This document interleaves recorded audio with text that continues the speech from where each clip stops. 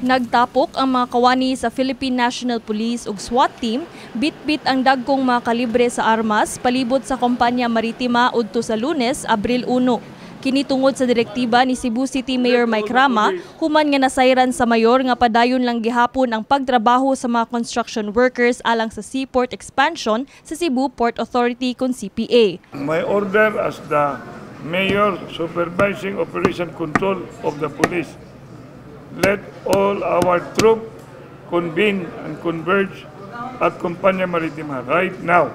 Kahinumduman nga kaniadtong buwan sa Pebrero, mihatag og cease and desist order ang Office of the Building Official kun obo ngadto sa CPA tungod sa ilang pagtrabaho bisan pa man nga wala kini maglukat og building permit.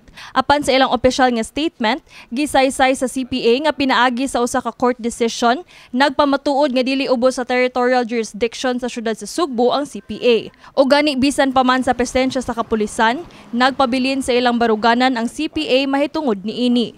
Matud pa ni Cebu City Legal Attorney Carlo Jimena nga husto ra ang pagpatawag sa kapulisan sanglit illegal ang gibuhat nga pagpatukod sa port expansion. It is within the territorial jurisdiction of OMO.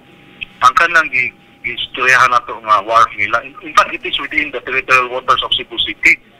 Asam din na sila, wala man na sila na magbuhat o construction outside of Cebu City. Asam din na dakita. It's within the Cebu City. Asa man nila dakita di ay unsa may address ana nila. Tuningon sila nga wala sa Cebu City. Asa man unsay address nila. Asa din na nga syudad or munisipyo ang lang gitukuran diha. Di ba Cebu City na? Nagkanayon sab si Jimena nga hingpit na nilang ipatuman ang work stoppage order sa CPA. Kini si Queenie Holigon alang sa MyTV, Cebu.